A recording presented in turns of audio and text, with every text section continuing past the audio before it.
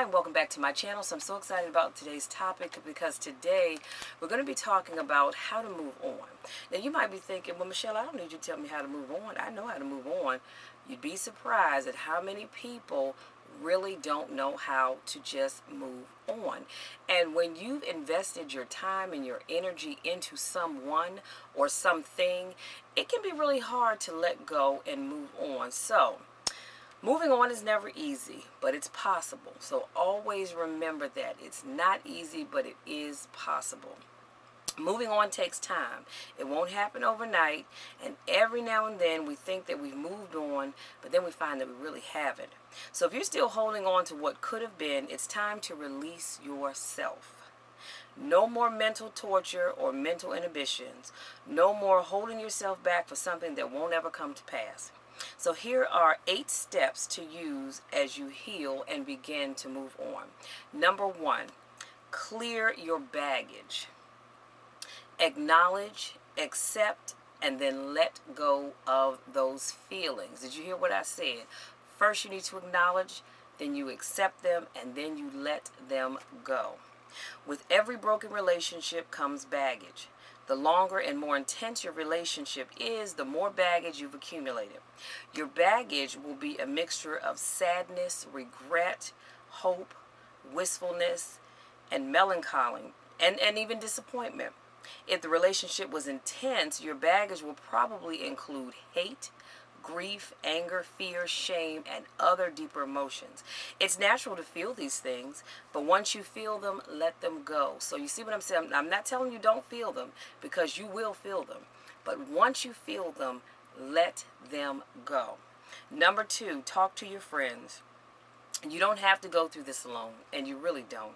Your friends are there for a reason, to help you, to support you, and pull you through this period of your life. But be careful. Let me stress this, you guys.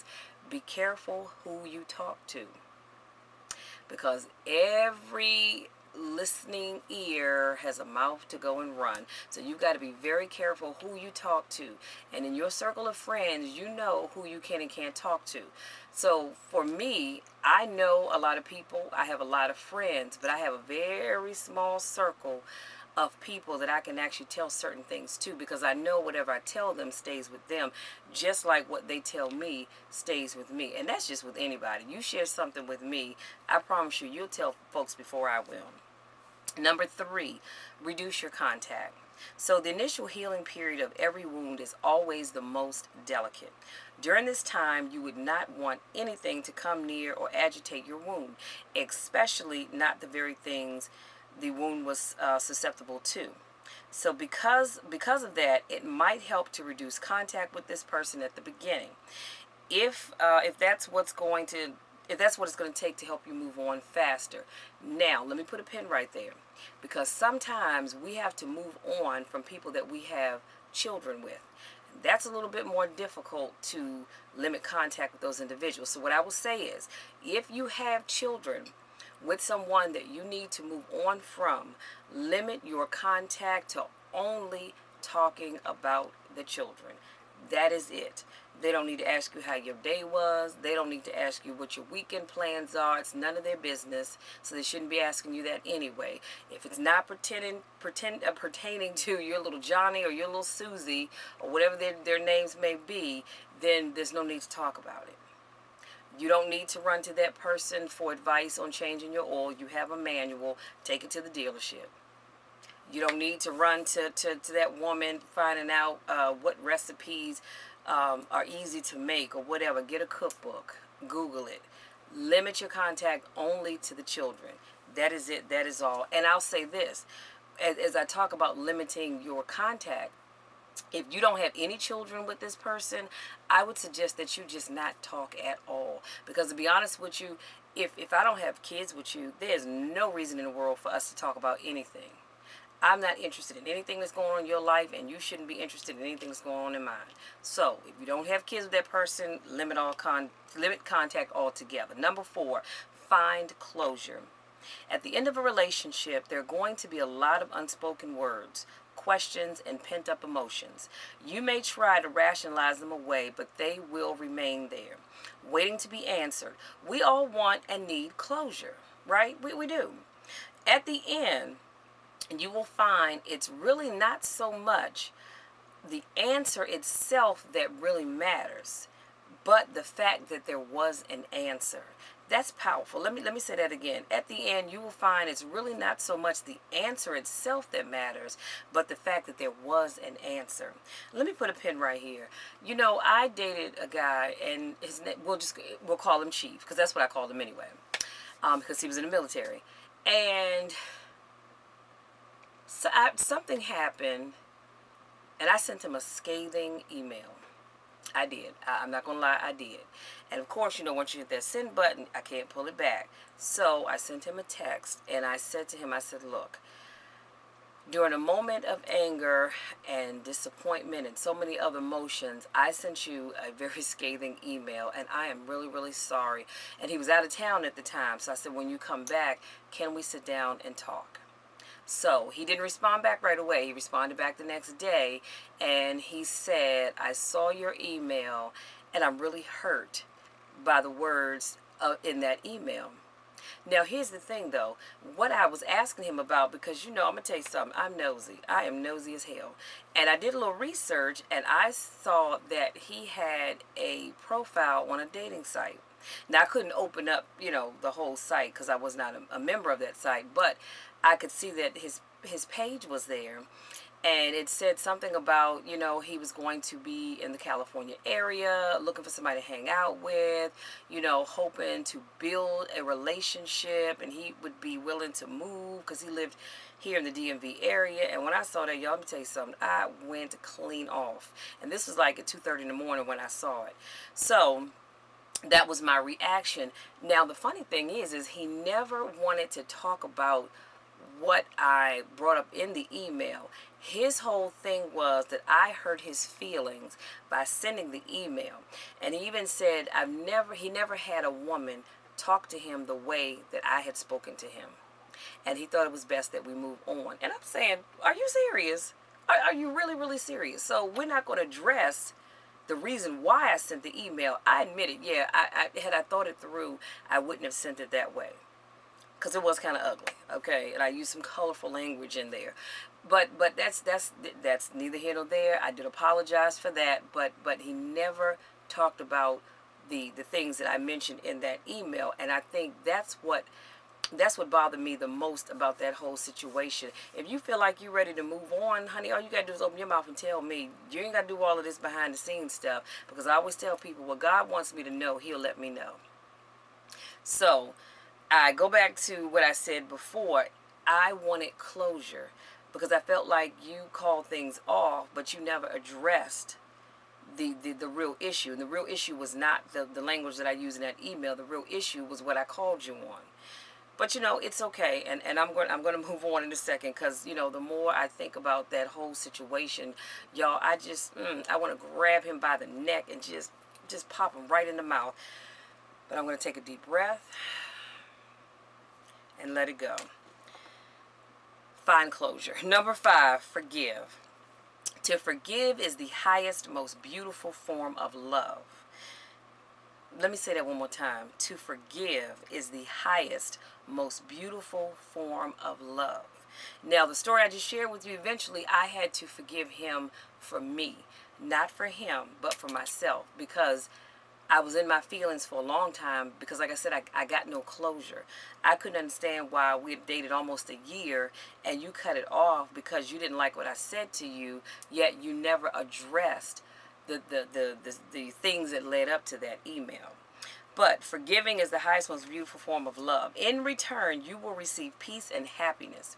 It's been said that whenever we refuse to forgive someone, the person we're not forgiving is really ourselves. And you know what, I wholeheartedly believe that. I believe that. And the reason why I say that is because I realized that my not forgiving him was really hurting me, because I was angry at myself that when I first started seeing things, what I didn't tell you was there was some other things that led up to that, and I didn't say anything because I'm not a confrontational person. I really don't like confrontation. And so I didn't say anything because I said to myself, okay, Michelle, look, Maybe you're reading more into it. Let it go, because you're looking for this thing to fail so you can say, see, I told you so. So, just chill, just relax. It's probably not what you think it was. But in hindsight, it really was what I thought it was. And so I had to forgive myself, because had I addressed those issues before, I wouldn't have been so pissed off in the end. So, like I said, whenever you refuse to forgive someone, the person you're not forgiving is really you. So it makes sense. And when you feel angry and bitter towards someone, it's not the other person who's carrying the anger and the bitterness. It's you. It's me. For what it's worth, the other person is probably not aware of how you feel about him or her anyway. And guess what? They probably don't care. Let me tell you something. Y'all walking around with anger and bitterness and all this kind of stuff. The person that you're angry and bitter with, they don't care. They've moved on. They don't care. You can stay bitter and angry all your life. They don't care, honey. They done moved on with their lives. They done moved on with somebody else. So you need to let that go for you. So on a more deeper level, you're angry and bitter, get this, you guys, at yourself for allowing yourself to be hurt by this person. And that's what I just said a few minutes ago. Number 6, do the things that you love. So what are the things that make you happy? Things that excite you. And these are things that just bring so much joy to your life. For some of us, I know I am, it's exercising. Somebody, you may like to go jogging. You may like to swim. You may like to ride your bike. You may like to go rollerblading. For some, it's travel. Going out with friends, going to the movies, watching TV, reading a good book, or making your own wreaths. So find the thing that you love to do and do it. And I promise you, when you're doing those things that I just named and some of the things that make you happy, you don't have time to think about Carl or Jackie. You don't, because you're too busy in your happy place. Number 7, get out and meet new people. It's easy to get trapped in your head thinking about that thing for too long. Meeting new people, friends or romantic potentials, reminds you there is a whole world out there. There are many great people to know out there. Don't get cooped up in your life. And so, I'm trying to tell you. And now, if you're, again, I don't know if I've shared this with you all, but I am 95% extrovert. But there is 5% of me that's an introvert. So for me to just go out and meet new people, unless you strike up a conversation with me, chances are I probably would never open my mouth to you. And that's just how I am, always have been, probably always will be. But that's okay. If you're that person that can go out and meet new people, do that. Go and join some of these meetup groups, because you meet some really, really nice people excuse me, in these groups. And if you by chance happen to meet someone of the opposite sex and you want to go out and get to know that person, have a Starbucks date. Don't invite them to your house and don't you dare go to theirs. Have a Starbucks date. It's the fall season is here. They have awesome pound cake, y'all. I'm salivating just thinking about it. But get you a piece of pound cake. Get you a cup of tea, a latte, a hot chocolate, coffee, whatever it is that you like to drink. Go there, get to meet new people. So don't stay all cooped up in the house. Because I promise you, like I said, that person that you sitting there thinking about and whining about, honey, they out meeting new people. I can promise you that. Number 8, which is last but certainly not least, know there is nothing wrong with you. I can't stress this enough.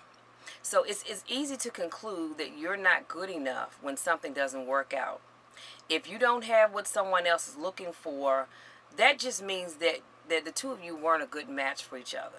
That's all. There's nothing wrong with you. And I know that I've done this before, so I know that you all have too, where you meet someone, things don't work out, and you're like, oh God, maybe it was me. Maybe I'm not good enough. Well, you know what? Let me tell you something. I am good enough. I'm good enough for anybody and everybody, because I believe that about me. So if I meet you and we go out and there's no vibe in there, we're not feeling one another on that level, honey, it's not about me. We're just not a good match for each other, period.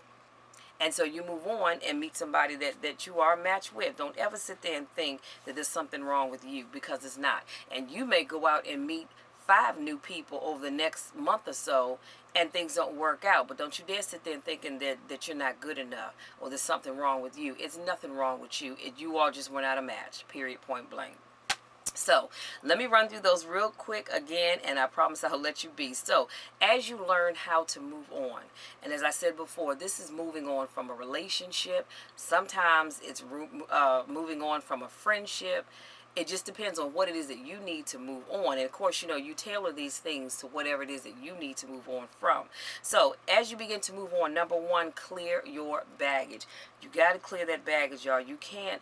See, here's the thing. You can't take the baggage of relationship A into relationship B, because that's not going to work out. And relationship B is going to say, you know what, hold up, stop, this isn't working. And then what happens is now you take that baggage from relationship A and B into C.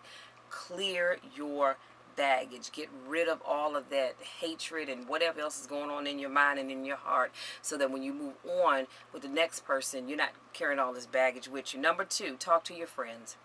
But like I said, be very careful who you talk to, because every person that has an ear to hear does have a mouth to go and run. Now, if they will, I don't know. Only you know your friends. Like I said, I know I have a very small group that I can talk to about whatever's going on in my life, and I know whatever I say stays with them just as what they say stays with me. Well, that's just with anybody. Whatever you say stays with me, unless you want me to tell it, and even then I probably won't.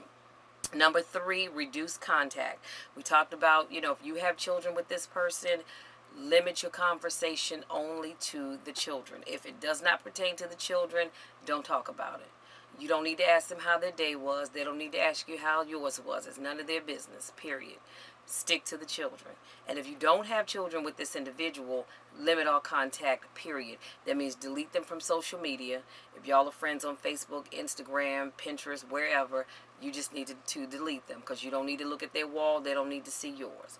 But I'm trying to tell you, reduce and or cut out contact. Number four, find closure. And we talked about the takeaway from that was, it's really not so much about the answer that the person gives you.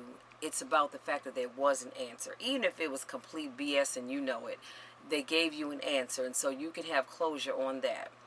But understand that everybody's not going to give you closure just because you want it. And I shared my story with you and how I wanted closure and needed closure. And every now and then, something will happen, and that situation will pop up in my mind, and I'll say, you know what? I really wish I could have gotten closure. But, every day I learned to just let that go and move on, because that was actually like 4 or 5 years ago now. But like I said, something will happen, and it pops back up in my mind. So if you can find closure, do so. But if you cannot, just know that you've got to move on. Okay? Number five, forgive. Because we talked about to forgive is the highest, most beautiful form of love. And then in return, you'll receive peace and happiness. So, you got to learn to forgive. And always, always, always remember, when you forgive, it's not about that person. It's about you. You're not forgiving them for them. You're forgiving them for you, so that you can move on. Because you can't have, like I said, a healthy relationship as you move on if you still walking around with all this pent up anger and unforgiveness because of what happened over here. Honey, forgive that person for you and your sanity. To hell with them. They'll have to deal with that on their own.